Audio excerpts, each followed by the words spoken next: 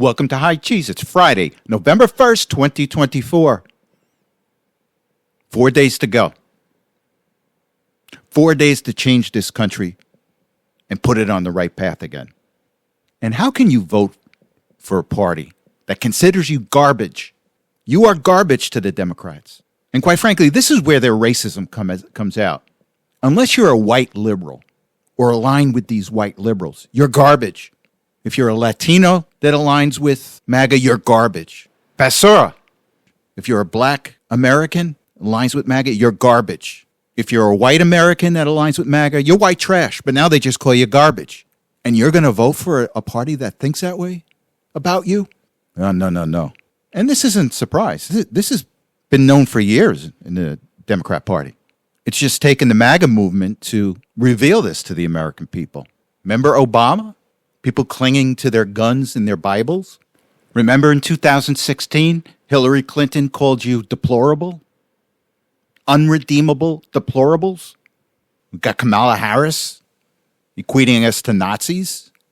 We've got Joe Biden. Remember his dark MAGA speech where people that vote for Trump are a threat to democracy? And now you've got Joe Biden just coming out and saying it. You're garbage. And I'm going to play the clip for those that haven't heard it. And shame on you if you're not going to vote next Tuesday. Now, the early vote that's come out was pretty good. There's been pretty good results from the early vote, particularly in the swing states. But you've got to come out to close this deal on November 5th. Bring your friends, bring your family, bring your neighbors. And I just put a neighbor of mine to vote 2 days ago. 85-year-old woman with COPD. She wanted me to take her, and I took her. My wife and I brought her into the voting center with her oxygen tank. And if she can do it, you can do it. If I can bring my neighbors to vote, you can bring your neighbors to vote. But that's what has to be done to win this thing. Garbage. That's all you are. It's time now to stick it in their face. And look, the polls are really good for Donald Trump right now. The Real Clear Politics average has him winning all the swing states, as well as the popular vote. Now, you're going to see these last-minute left-wing pollsters out there coming out with some polls that say that it's much closer than it is, or Kamala Harris is winning. But these are more suppression polls, trying to get the Republican voter not to come out. But these polls that show Donald Trump winning are meaningless unless you come out and vote. So with that said, let's go to this clip with Joe Biden, and we'll come back and discuss. Or Puerto Rico, where I'm in my home state of Delaware, they're good, decent, honorable people. The only garbage I see floating out there is his supporters. And this has sent shockwaves through the country. And in typical Bolshevik fashion, the White House is trying to change things. What they've done is they've pressured the official transcriber to add an apostrophe and a dash to make it appear that Joe Biden didn't say that. But this is how the Bolsheviks work. Oh, Joe Biden didn't really say that. And we're going to doctor the transcription of his statement here to try to fool the people, but it's too late for that. We're on to them. These Bolsheviks cannot win. It's time for the American people to take back their country. And with that said, now Steve Bannon was released from prison earlier this week. And I want to play a couple of clips from his first day back on the War Room, his podcast. And he emphasizes the importance that people come out and vote. So let's go to a couple of clips, and then we'll come back and discuss. I can tell you, in coming from and being a political prisoner in a federal prison, that the young men in this country that are African American and Hispanic detest Kamala Harris. They detest her. Everything we have fought for so many years is all coming to fruition, and we have to have a convergence. And my fear is that some people, I think, are trying to lean on the shovel and say, look at the polls, these polls, and Trump always under polls, and he does this, so Trump's up 3, 4, 5. Hey, maybe that's the case, but that's theoretical right now. Reality is the electorate we bring on November 5th, and that gets back to you, that gets out to get the vote. Look, Elon Musk is one of the smartest guys in the world, right? If not the smartest. practical engineer in the world. Charlie Kirk is incredibly smart. Look where they've put their efforts over the last couple of months. Look where Elon Musk wrote $150 million worth of checks the last couple of months. It is flat out, get out the vote. All that matters right now in places like Pennsylvania and in Michigan and in Wisconsin, Nevada, Arizona, Georgia, North Carolina, obviously other states, but these 7 battleground states, is to deliver something that takes us to where Ohio and Florida are today. We have to put this beyond their ability to steal it. We have to crush them at the ballot box. And there's only one way to do that. The commercials aren't going to do it. Only thing is going to do it is you're putting your shoulder to the wheel. Now, the other thing you have to ask yourself, are you better off today than you were 4 years ago? Under Kamala Harris, we've had massive inflation by her policies. Overall inflation has been up 20% since she took office. 20%. Food costs up 25% since she took office. Let's take a look at the border. She's got a policy of letting unvetted migrants into this country, which has resulted in migrant crime, Venezuelan gangs taking over apartment buildings, American women and children being raped and murdered by migrant criminals that are only here because they have been unvetted by the Harris administration. Let's take a look at the wars that they love. We're on the verge of World War III breaking out in Ukraine, which could result in nuclear war. Over in Israel, we've got the potential of a full-blown regional war there. Is that what you want? If you want to continue this, vote for Harris. But most Americans don't want this. And that's another reason to come out and vote for Donald Trump. And the RNC is in a much better position than it was in 2020 to combat the cheating. Now, I'm sure a lot of this has to do with rhinos being purged from the RNC, but there have been several victories going into the election that makes us feel hopeful. Now, in several counties in Pennsylvania, and a lot of the cheating that's being caught is happening in Pennsylvania, but several counties in Pennsylvania are now investigating thousands of potentially fraudulent voter registration and ballot requests. In Bucks County, the Emergency Services Unit tried to shut down voting early. So the courts came in and extended early voting in Bucks County, I think, by 3 days. In Arizona, a judge ordered Arizona's Democrat Secretary of State to release a list of 218,000 registered voters who did not provide proof of citizenship. Let's take a look at the Supreme Court decision in Virginia. You've had the Democrats come in and try to prevent the Virginia governor from purging people on the voter rolls that were not U.S. citizens. So Virginia petitioned the Supreme Court. The Supreme Court came back this week and said, hey, look, Virginia, go ahead, proceed. Start purging them. So these are all victories. And quite frankly, this never would have happened in 2020, not with the people that were in charge at the RNC. So all of this helps. But remember, you got to get out and vote. And the payrolls report came out today. And the Kamala Harris administration created only 12,000 jobs last month. 12,000. And think about that drop. Last month, there was about 230,000 jobs. So it's dropped from 230,000 to 12,000. Now, don't believe these talking heads that say, oh, it has so much to do with the hurricane and it has so much to do with the Boeing strike. But what they're not telling you is that the expectation was for 114,000 jobs. And that 114,000 jobs had the hurricane and the Boeing strike baked into it. So this is your Kamala Harris economy. It's been propped up with government spending, fake reports, and there's only so long they can hold on to this facade before it just comes crumbling down. So let me just read an article here from Zero Hedge. The headline says, Job Shock. October payrolls huge miss as private jobs go negative for the first time since 2020, which was the height of the pandemic. And here's the interesting thing that Zero Hedge points out, which the Kamala Harris administration has been doing for the longest time.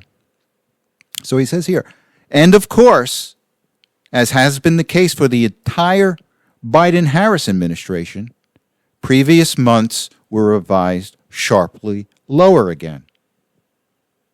In August, the jobs report was revised down by 81,000, from 159,000 to 78,000. And September was revised down by 31,000, from 254,000 to 223,000. Now, if you can remember, also, there was an 881,000 downward revision on jobs created, I think, from March 2023 through April 2024. 881,000. They overstated. But all they wanted to do was get that headline. Oh, things are great. And then they quietly revise everything downward. And they just did this here in August and September.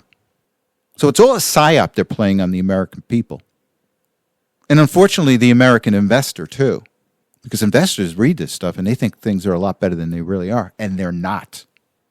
So let's take a look at some of the detail in this report. And government jobs increased by 40,000. Let's take a look at where we had losses. Manufacturing jobs down 46,000.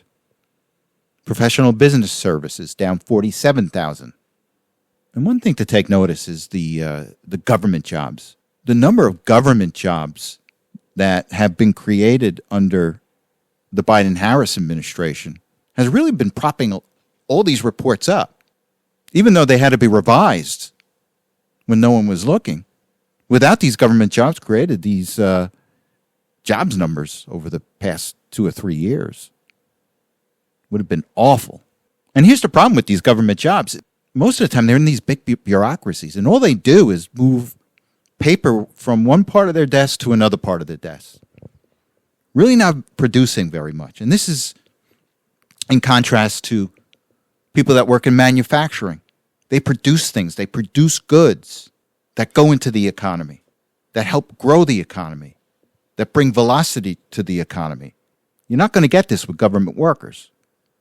And don't forget, these government workers are hired with borrowed money, which pushes up inflation. Now let's take a look at the lack of endorsements by the news media. LA Times refused to endorse anyone. Washington Post refused to endorse anyone.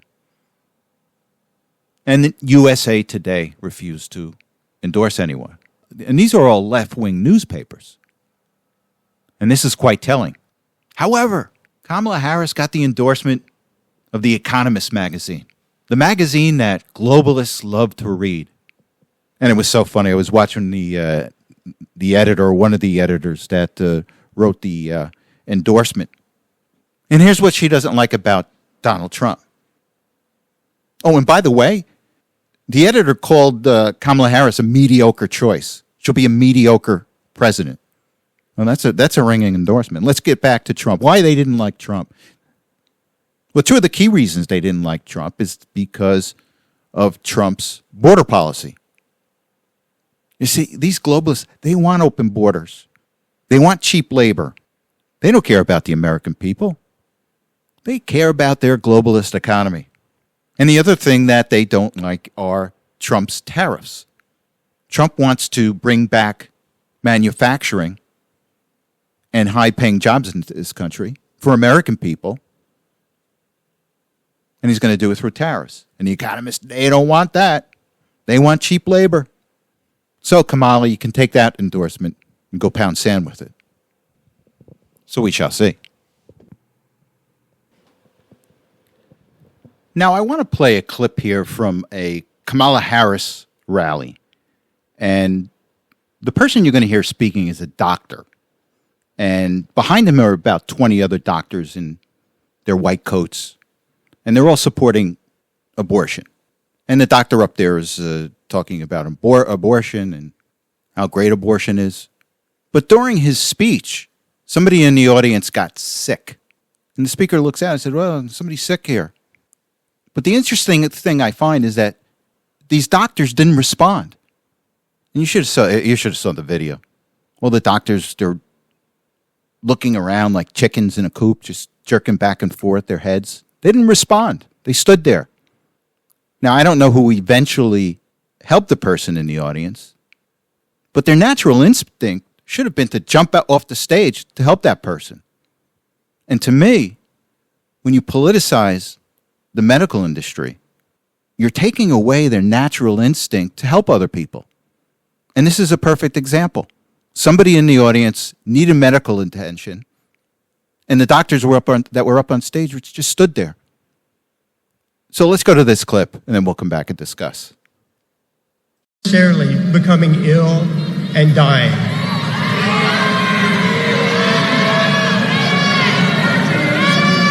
Nationwide,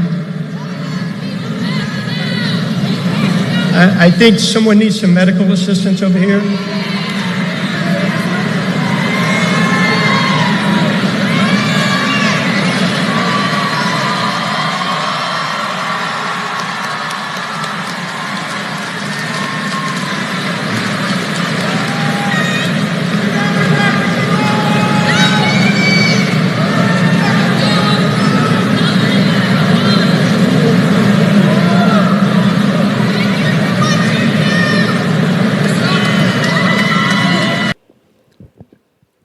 And I let that play a little longer than usual. I don't know if you heard in the background, somebody kept on screaming, medic, medic. And they were up there. They didn't respond. Maybe eventually somebody responded, but they just stood there. And what's going to happen in the future when you've got doctors aligning themselves with a party that calls the opposition garbage? How is that mindset going to filter down into the way they do their daily operation?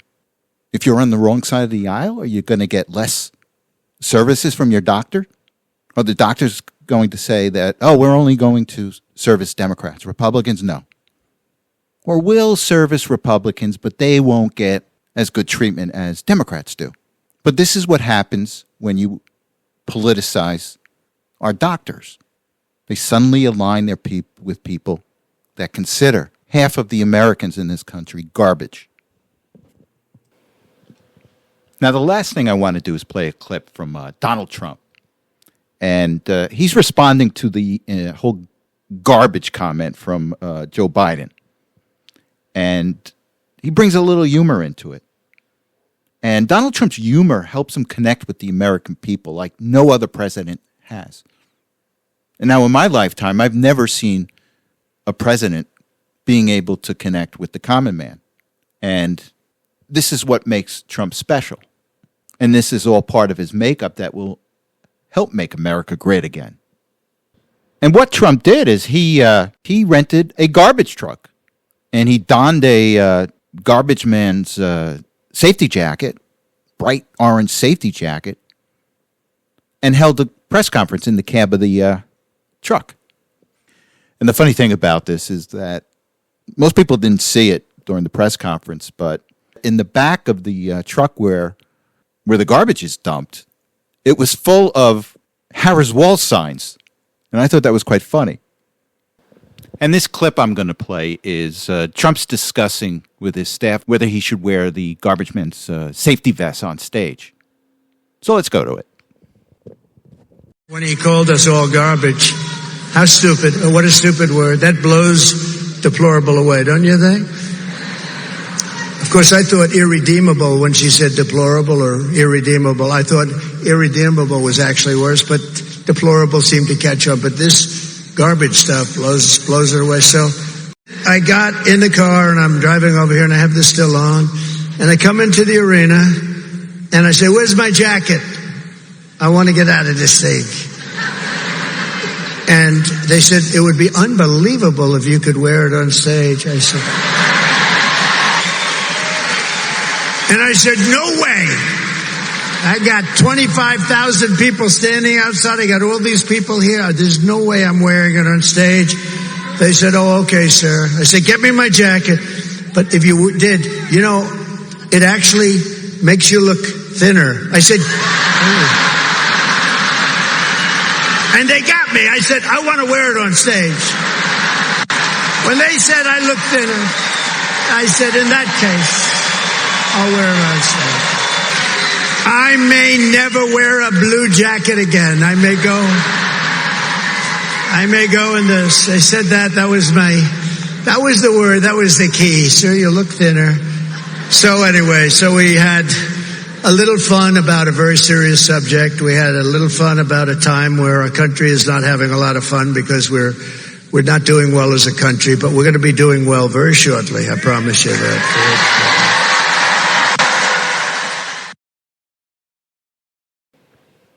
And with that said, thank you very much for listening. And remember, if you vote, we win. It's as simple as that. If you vote, we win.